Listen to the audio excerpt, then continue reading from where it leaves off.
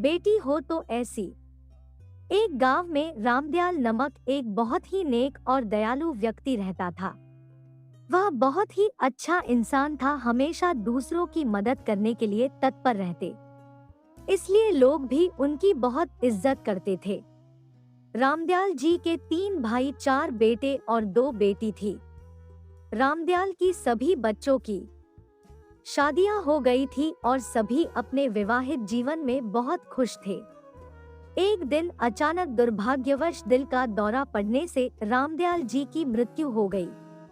रामदयाल की मृत्यु की खबर जब चारों ओर फैल गई, तो उनके सभी रिश्तेदार, दोस्त, पड़ोसी और उनके चाहने वाले सभी उन्हें अंतिम विदाई देने के लिए आ गए। बेटी का तो रो रो कर बुरा हाल हो गया था, क्योंकि कुछ महीने ही उसने अपनी मां को खोया था और आज पिताजी भी इस दुनिया से चले गए। रामदयाल जी की शव यात्रा अभी निकला ही था कि एक बड़े जमींदार ने आकर उसका रास्ता रोक लिया।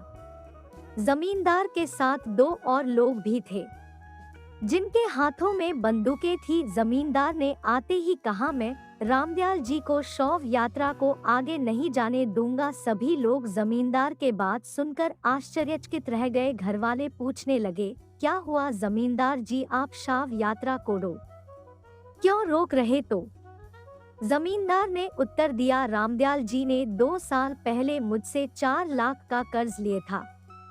शर्त के अनुसार अगर कर्ज नहीं चुकाया गया तो जमीन मेरे नाम पर कर दी जाएगी, या फिर रामदयाल जी के परिवार वाले कर्ज का भुगतान करेंगे। तो बताओ तुम में से कौन कर्ज का भुगतान करेगा? सारे लोग एक दूसरे का मुंह देखने लगे। फिर रामदयाल जी के 4 बेटों से कहा गया कि आपके कर्ज चुका दे। बेटे ने साफ मना कर दिया और कहने लगे, हम आपके कर्ज का भुगतान नहीं करेंगे, हमारे पास इतने पैसे नहीं हैं, और वैसे भी कर्ज हमारे पिताजी ने लिया था, हमने नहीं। अब पिताजी की मृत्यु हो गई है तो आप भी अपने कर्ज को भूल जाए। जमींदार ने कहा, मैंने सुना है कुछ दिन पहले ही बंटवारे में तुम चारों को कुछ अच्छी खासी रकम मिली है, तो इस समय तुम्हारे पास पैसे तो होंगे ही। फिर भी बेटे ने कर्ज का भुगतान करने से साफ इनकार कर दिया और कहने लगे, आप जब तक चाहे शव यात्रा को रोक सकते हैं, लेकिन हम आपको 1 पैसा भी नहीं देंगे। रामदयाल जी के बेटे की ऐसी बातें सुनकर वहां उपस्थित सभी लोग अपने निराशा व्यक्त करने लगे और कहने लगे कि बेटे कितने मतलबी है। जिस बाप ने अपनी सारी दौलत इन पर लुटा दी, उस बाप का कर्ज चुकाने के लिए उनके पास पैसे नहीं है।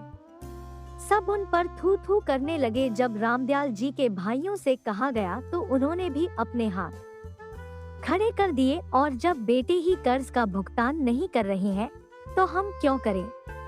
जब यह बात बेटी को पता चली तो वह दौड़ते हुए आई और जमींदार के सामने हाथ जोड़ते हुए कहने लगे, जमींदार साहब, आपका जितना भी कर्ज होगा उसका भुगतान मैं कर दूंगी, लेकिन आपसे अनुरोध है कि आप मेरे पिताजी की शव यात्रा को ना रोके। इतना कहकर उसने अपने सारे गाने, अपने जेवर जमींदार को दे दिए और कहा, जमींदार जी, अगर यह गहने बेचने के बाद भी आपके कर्ज का भुगतान नहीं हुआ तो मैं खुद मेहनत मजदूरी करके आपका कर्ज चुका दूंगी, लेकिन इस समय मेरे पिता की अंतिम यात्रा को ना रोके। पिता के प्रति बेटी का प्यार देकर जमींदार की आंखों में आंसू आ गए। जमींदार ने कहा, अरे नहीं नहीं बेटी, तुम्हें यह सब करने की कोई आवश्यकता नहीं है, क्योंकि सच यह है कि 2 साल पहले मुझे पैसे की बहुत आवश्यकता थी, तो तुम्हारे पिता ने अपनी जमीन का एक हिस्सा बेचकर मुझे पैसा देकर मेरी मदद की थी। तुम्हारे पिता तो बहुत दयालु थे, वह दूसरों की मदद करने के लिए हमेशा तैयार थे। उन्होंने मुझसे कभी वह दूसरों की मदद करने के लिए हमेशा तैयार थे। उन्होंने मुझसे कभी सूद का एक भी पैसा नहीं लिया। मैं तो उनके पैसे लौटाने आया हूँ, लेकिन इससे पहले कि मैं तुम्हारे पिताजी को उनके सारे पैसे लौटा देता, उनका देहांत हो गया। अब मुझे यह समझ नहीं आ रहा था कि मैं यह पैसे कैसे दूं, कौन उसका असली हकदार होगा। मैं चाहता था कि यह पैसे सही हाथों में जाएं, इसलिए मैंने यह सब नाटक किया। मुझे माफ करना कि मैं तुम्हारे पिताजी की अंतिम यात्रा रोकी। पिता के प्रति तुम्हारा प्रेम और जिम्मेदारी देखकर मैं समझ गया कि पैसे के असली हकदार तुम ही हो। और आज तुमने साबित कर दिया कि बेटी बेटे से ज्यादा माँ बाप को प्यार करती है। तुम्हारे पिता नहीं रहे, परंतु मैं यह कर्ज की राशि तुम्हें लौटाना चाहता हूँ और अपने सिर से कर्ज का बोझ उतारना चाहता हूँ। तुम यह राशि ले लो और मुझे कर्ज से आजाद कर दो। यह कहकर जमींदार ने पैसे रामदयाल जी की बेटी के हाथों में दे दिए और वह से चला गया। और यह सब देखकर रामदयाल जी के बेटे और भाइयों के सर शर्म से झुक गए। करता हूँ कि यह कहानी आपको समझ में आया होगा तो एक लाइक जरूर करें एंड शेयर करें और ऐसे ही वीडियो देखने के लिए हमारे चैनल को सब्सक्राइब करें।